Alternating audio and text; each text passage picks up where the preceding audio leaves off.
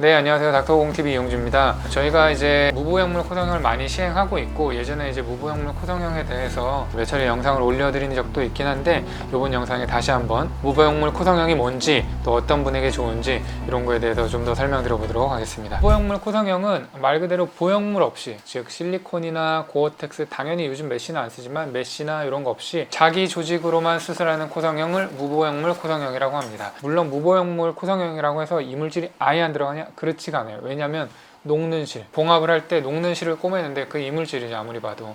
그래서 녹는 실이나 이런 건 조금 들어가지만 어쨌든 우리가 큰 보형물이나 이런 걸 안 쓰는 거를 무보형물 코성형이라고 지칭을 할 수가 있습니다. 무보형물 코성형은 아무래도 이제 염증의 가능성이 아무래도 낮다는 장점이 있습니다. 물론 실리콘을 넣어도 자연스럽게 보통 표현이 돼요. 근데 무보형으로 하면 아무래도 실리콘처럼 높게 올릴 수 있을 만큼 양은 안 나오기 때문에 아무래도 좀 더 자연스럽게 표현이 되는 감은 없잖아 있지만, 사실 실리콘을 쓴다고 부자연스럽다 이렇게 얘기하기는 좀 어렵습니다. 어쨌든 무보형물 코성형을 하면 가능성이 조금 낮아지고 모양적인 측면에서 거의 대부분 자연스럽게 표현이 된다, 이렇게 생각하시면 좋을 것 같습니다. 무보형물 코성형을 그렇다고 모든 분들에게 시행을 하기는 어렵고, 우리가 초수술 환자에서는 늑연골을 처음부터 추천하지는 않잖아요. 그래서 보통 비중경 연골을 쓰게 되는데, 비중경 연골만 사용해서 실리콘을 넣은 것처럼 미간 부위부터 여기까지 콧대를 전부 다 높이기에는 재료에 제한이 있습니다. 그래서 무보형물 코성형은 매부리가 있다거나 혹은 원래 코가 높은데 코끝이 콧대를 못 따라가서 코끝이 낮다거나, 콧대 라인은 어느 정도 높이가 유지가 되는데 뭐 굵어서 절골을 해서 이런 데를 좁히거나 했을 때는 무보형물 코성형을 시행하면 딱 좋습니다. 즉 콧대에 보형물을 넣어서 이게 높여야 되는 필요가 없을 때,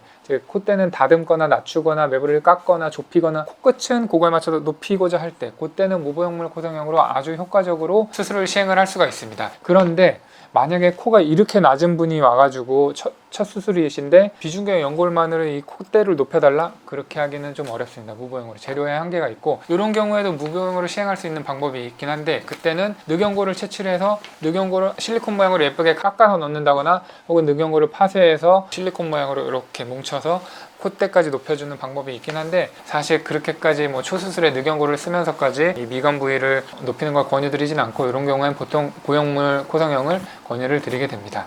그러면은 무보형으로 하면은 수술이 금방 끝나겠네요, 뭐 이렇게 얘기하시는 분들이 있는데 완전히 잘못 알고 계신 겁니다. 무보형물 코성형이 일반적인 실리콘을 넣고 하는 코성형보다 더 어렵습니다. 왜냐하면 보형물을 넣어서 수술을 하거나 무보형으로 수술하거나 둘 다 코끝은 어쨌든 요만큼은 다 무조건 본인 연골로 올려야 되거든요. 요만큼은. 콧대를 이제 어떻게 하느냐인데, 콧대에 그냥 보형물을 넣어도 되면, 실리콘 넣으면 그냥 끝나요, 콧대는. 근데 이제 보형물 없이 해야 된다고 하면 매부리도 깎아야 되고, 여기 정면에서 굵으면 양측 절골도 해야 되고, 또 꺼지는 부분들이 있으면 그 연골을 파쇄해서 정교하게 메꿔야 되고 하기 때문에 콧대를 조작하는데 손이 더 많이 갑니다. 그리고 조금 더 흡수나 이런 것들을 고려해야 되기 때문에 조금 더 까다롭게 콧대 라인을 수술 중에 계속 이제 확인을 해야 되고요. 결코 보형물을 사용하는 것에 비해서 쉽거나 뭐 간단한 수술이 아니다, 동등한 정도의 난이도거나 좀 더 어려운 난이도를 갖고 있다, 이렇게 이해하시는 것이 오히려 바람직합니다. 무보형물 코성형이 다 좋습니다. 다 좋은데, 이제 모양도 잘 나오고 하면 좋은데, 문제는 보형물을 넣으면 흡수가 안 돼요. 보형물은 실리콘을 콧대에다 넣으면 이 모양 그대로 쭉 가는 거거든요, 이 높이 그대로. 근데 문제는 보형물을 안 쓰고 자기 연골로 콧대를 높이거나, 물론 코끝도 그렇고요, 자가 조직으로 수술을 하면 아무래도 흡수가 그렇게 많이 되진 않지만 분명히 가능성이 있습니다.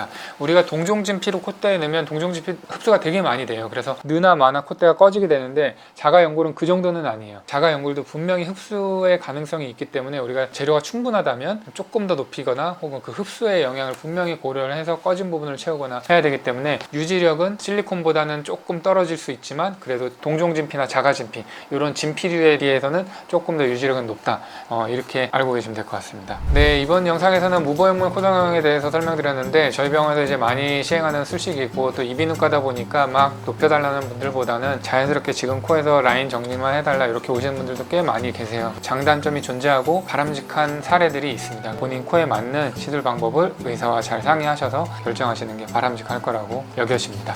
감사합니다.